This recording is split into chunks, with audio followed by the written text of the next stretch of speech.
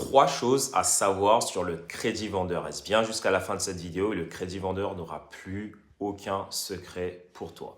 La première des choses qu'il faut que tu saches sur le crédit vendeur, c'est qu'il y a des partialités de crédit vendeur. Je m'explique.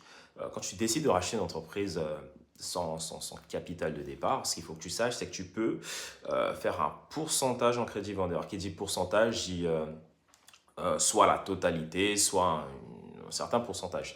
Grosso modo, tu peux décider potentiellement de racheter une entreprise avec un 50% de crédit vendeur, le reste sous une autre forme qu'on pourra voir plus tard.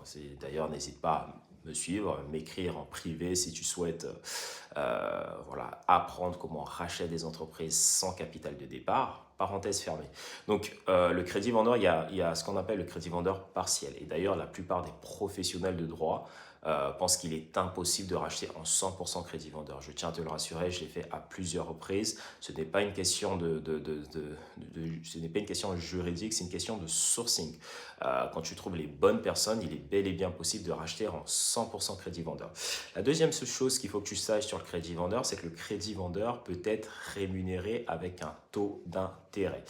Petite parenthèse là-dessus, la plupart des crédits vendeurs que j'ai pu mettre en place, je n'ai jamais mis un certain pourcentage. À chaque fois, c'était taux d'intérêt zéro. Des fois, sinon, on ne se prenne pas forcément la tête. Et il y en a certains qui découvrent la notion du crédit vendeur, donc autant te dire qu'ils ne vont pas commencer à exiger un taux d'intérêt, etc. Mais il faut que tu saches que c'est évidemment possible. La troisième chose qu'il faut que tu saches sur le crédit vendeur et qui n'est pas des moindres, qui est probablement le point le plus important, c'est que quand tu décides de racheter une entreprise en crédit vendeur, admettons que le crédit vendeur soit étalé sur une année, eh bien, il faut que tu saches que dès la signature, la société t'appartient.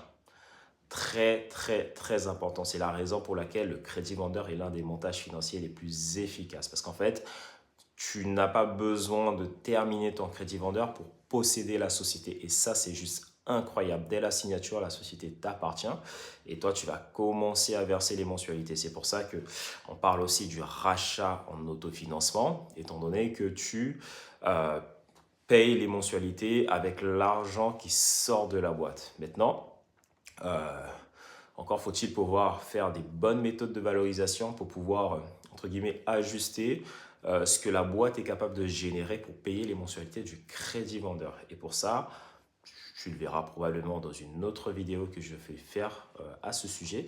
N'hésite pas à liker, commenter et puis m'écrire en privé. Je réponds, du moins j'essaye de répondre à tout le monde. Merci à toi.